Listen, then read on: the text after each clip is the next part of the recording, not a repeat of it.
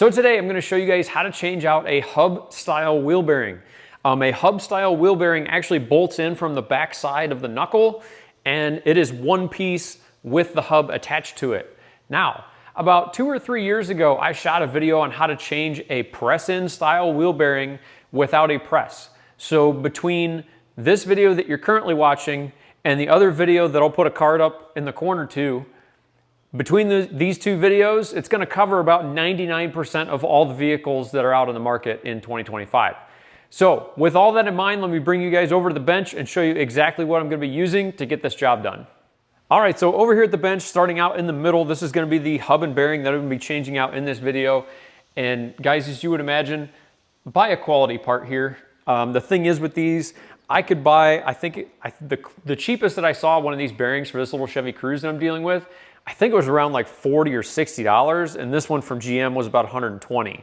The Timken version, believe it or not, was more expensive than the OEM bearings, so I just went to the OEM bearing. Typically, I try to buy a Timken, an SKF, something along those lines, or the OEM, depending on obviously what's cheaper.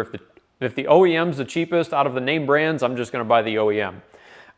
In addition to that, I also have a couple axle nuts here because when we take the axle nut off of the CV axle on this Chevy Cruze, it is a one-time use. You have to replace it. So got a couple fresh axle nuts here.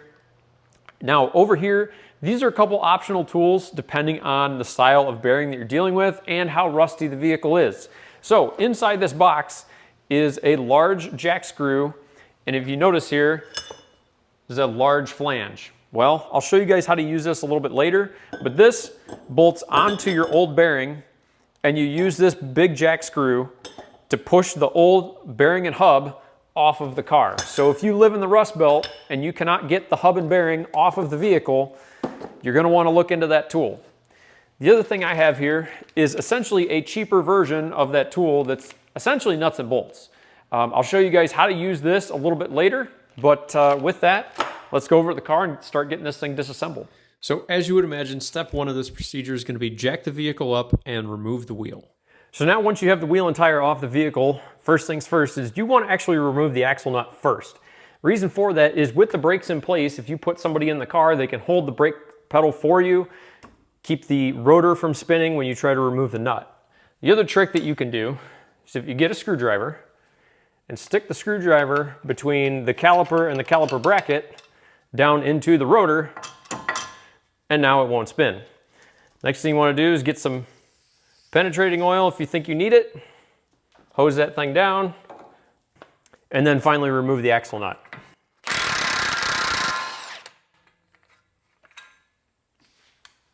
Once you have the axle nut loose and sort of removed, just thread it on here a couple turns and put it flush with the end of the axle, and then you're going to take a hammer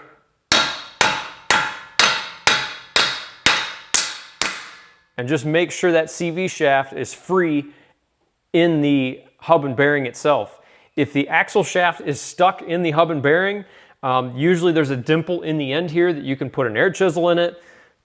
Do whatever you need to do to get this axle loose, but by leaving the nut on it, it's going to keep the end of that axle from mushrooming out, and if it mushrooms out, you'll never get the new nut onto the axle. So at this point, I'm going to go ahead and remove the caliper.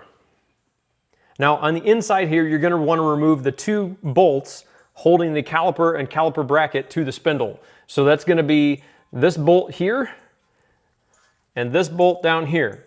Zip these two bolts out, and then you'll be able to take the caliper and bracket as one assembly and set it off to the side. Pull the caliper off here.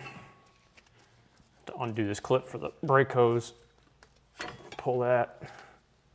And then we're going to have to hook this thing. I'm just going to hook it up on the coil spring so it's up out of the way. So now you should be able to take the rotor off. I just put rotors on this car, so my rotors slide right off. And that exposes the wheel hub. All right, so taking a look at what you're left with, you look there, that is the back side of the top bolt for the bearing. So there's another bolt down here, right there. And then there's another bolt on that corner here. So you're going to come around here to the back side. That is one bolt for the bearing. There's another bolt there for the bearing. And then there's another bolt right there for the bearing. So we're going to remove those 3 bolts, and then we're going to see about getting this hub off of the car.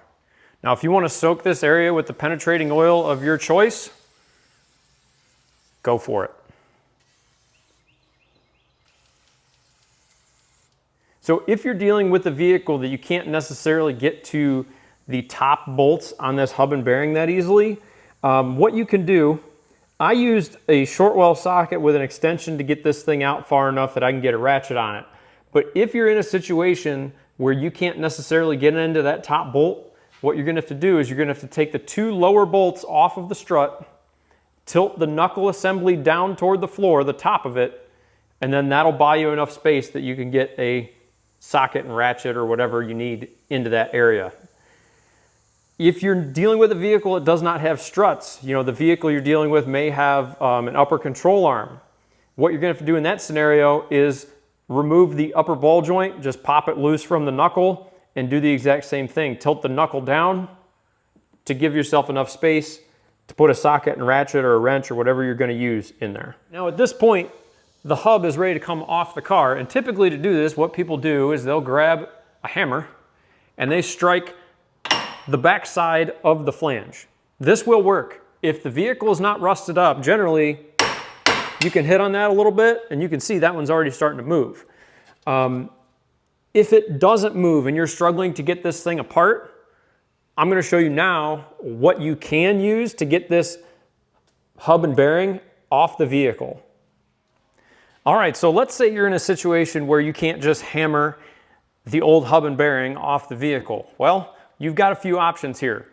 The more heavy duty of the 2 options is going to be this tool from Lyle, and basically the way it works is you have a big jack screw, and that works with this plate. So the jack screw goes through the plate, something like this. The plate bolts onto the bearing itself. You secure it with lug nuts like this. And then you thread this all thread against the knuckle of the vehicle, and it's going to pry this hub and bearing off the car. This is going to be the more expensive of the 2 options, but as you would imagine, it's going to be much more heavy duty. The one thing I will say about this tool is this tool will not work on a 4-lug vehicle. So if you have a wheel bearing hub that only has 4 studs in it, this one has 5, this tool will not work. In that instance, you're going to use these jack bolts to get the hub and bearing off the vehicle. I'll show you how to use these separately here in a second. Okay, so I've got the hub removal tool assembled over on the car. One thing I'm going to do is take a little bit of spray grease. I'm going to spray the threads down a little bit, just so I'm not chewing up the tool when I press this thing out. Highly recommend this stuff, guys. Not a sponsor, but for like ball joint presses and, you know, any sort of like screw press like this is like the perfect stuff for that, because you don't get it on your hands, and it stays where it's supposed to, and it's literally grease. So what we're going to do now is we're going to push that against the knuckle itself, and then we're just going to tighten the bolt, and hopefully this thing's going to fall off of here.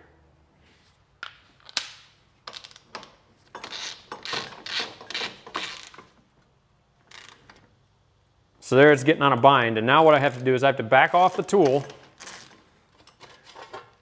and I have to spin the hub, because I need to, right now it's bound up and it's cocked in that bore in the knuckle. So now I gotta back this thing off, spin this around,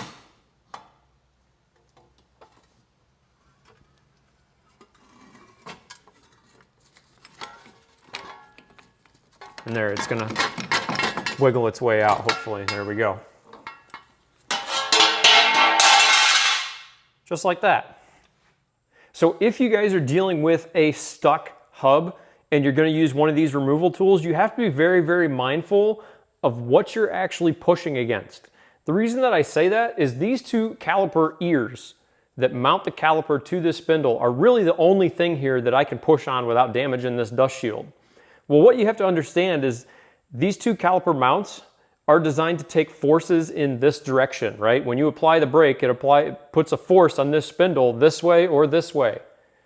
Well, with this screw, I'm applying a force to that ear this direction. So if this hub is extremely stuck and you start really hammering on this tool, you could possibly break the spindle if you're not careful. So you need to be mindful, especially on an aluminum spindle like this. This aluminum spindle is, as you would imagine, it's going to be pretty darn soft. So if it does not easily come out, don't get out of impact and just start going hog wild on this thing, because you will end up breaking the spindle itself. So just be mindful when you start pushing with this thing of what you're pushing against and how strong it ultimately is. So now over here on the driver's side of the car, I'm going to show you guys how to remove this hub and bearing with a nut and a bolt. As you would imagine, this method is a little less elegant than what you're going to use with the Lisle tool, but it is quite a bit cheaper.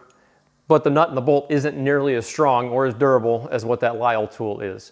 So the first thing that we have to do here is, believe it or not, we have to cut one of these wheel studs completely off so we can put the nut and bolt through the stud.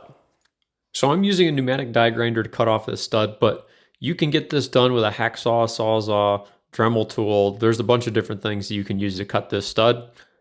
I'm just using what I have at my disposal.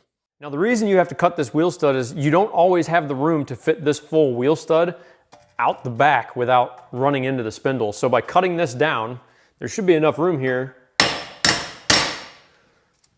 that we can now drive the stud out the back. So now what we're going to do is we're going to take that nut and bolt and we're going to put it in that hole where the stud was. All right, so I've got the nut and bolt set up here on the car, and like I said, this is a lot less elegant than the tool from Lisle, but it will work in a pinch. Now, what I had to do to this particular car is I actually had to drill out the wheel stud hole because the bearing itself is about the same size as the flange. So if you look, that bolt is like nowhere near straight. It's actually running uphill on an angle because the bearing itself is about the same size as the flange. So what I'm going to do now is I'm going to simply tighten the bolt, hold the nut, and it's going to push that bearing off of that knuckle. So if you guys are in a situation where the Lisle tool doesn't work, the nut and bolt won't work, and the bearing is still stuck in the knuckle, you have one option left. And unfortunately, it's going to require some more disassembly. You're going to have to press the hub and bearing out of the knuckle. So let me show you exactly what you're going to have to do here. So taking a look at my truck has the exact same style of bearing as what we're dealing with in this video. Coming over here, you've got 2 bolts there. So you have a bolt there behind the wheel speed sensor. There's another bolt down there just below the CV shaft, and you have the exact same thing on the back of the bearing. So you got a bolt up there and another bolt down there. So same style of bearing, there's just 4 bolts holding in this bearing. Now, if this bearing is completely stuck, what you have to do is you have to remove the knuckle and take it over to a shop press and actually press the bearing out of the knuckle. This is extremely rare that you would have to do this. I've had to do it once, I think, in my whole automotive career. And what you have to do is you have to pop the upper ball joint or take the strut loose, depending on what style of vehicle you're dealing with. Obviously, the Chevy Cruze has a strut. This has an upper ball joint. Then you're going to have to remove the tie rod end from the knuckle. And then finally, you're going to have to also remove the lower ball joint from the knuckle itself. Finally, obviously deal with the wheel speed sensor. You're going to want to either unplug it from the knuckle or unplug it from the vehicle itself. So then you're going to take it over to a press and have to have it pressed out. This is extremely rare that you would have to do this, but it does occur. So with that, let me show you guys how to start putting this bearing back in the vehicle. So now before I go back together with everything and get a rag, I'm going to clean out this bore as best I can. Try and get all the crud any of the rust, anything that's built up in that bore. You want to get all that stuff out of there before you just slap a new hub in there. Make sure you don't damage the wheel speed sensor. If it's not built into the hub itself, this one isn't, so it's still in the knuckle. Make sure you don't damage that when you're cleaning this up. I'm going to get in here with a pick and probably scrape some of this crud back. So what I'm doing here is I'm cleaning off the face of this knuckle with a pneumatic die grinder.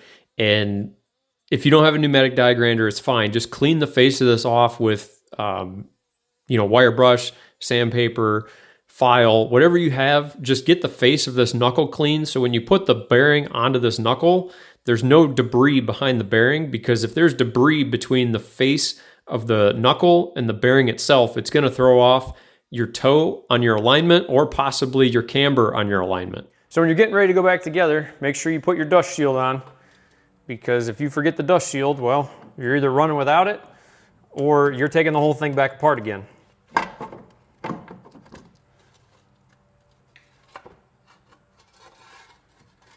So now, should be able to get some of our bolts started. Get that thing pushed in. Make sure you get the dust shield in the right orientation as well. So once you have all the bolts started in the bearing, well, start snugging them up. And then make sure you torque them, obviously, to what they're supposed to be, using the factory service manual, if you have that on hand.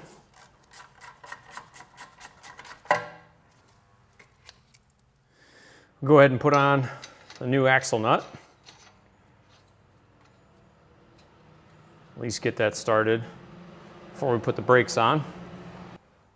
Spray some corrosion inhibitor on the hub, so hopefully the rotor doesn't stick when you go to change it out.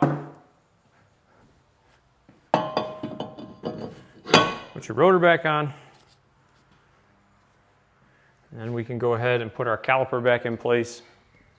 And then the last thing we have to do here is we have to torque down the axle nut. Got my screwdriver shoved in the rotor. What a lot of people don't necessarily realize about these hub bearings and front wheel drive bearings in general is the axle nut is what ultimately sets preload on the bearing.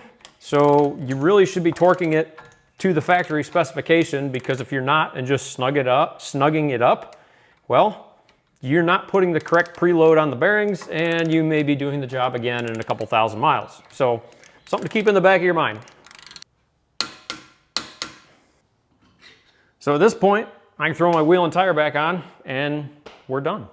So that's pretty much what I got for this video, guys. I will have links down in the description to the press tool from Lyle, in addition to the nuts and bolts and the red spray grease if you guys want any of that stuff.